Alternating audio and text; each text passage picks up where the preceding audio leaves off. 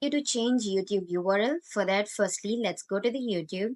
From there, you need to tap on your profile for viewing your channel. There, you need to tap on YouTube Studio. And from there, you need to scroll down like this to find the customization. So let's tap on customization and it will take you to the channel where you could customize your channel names and all.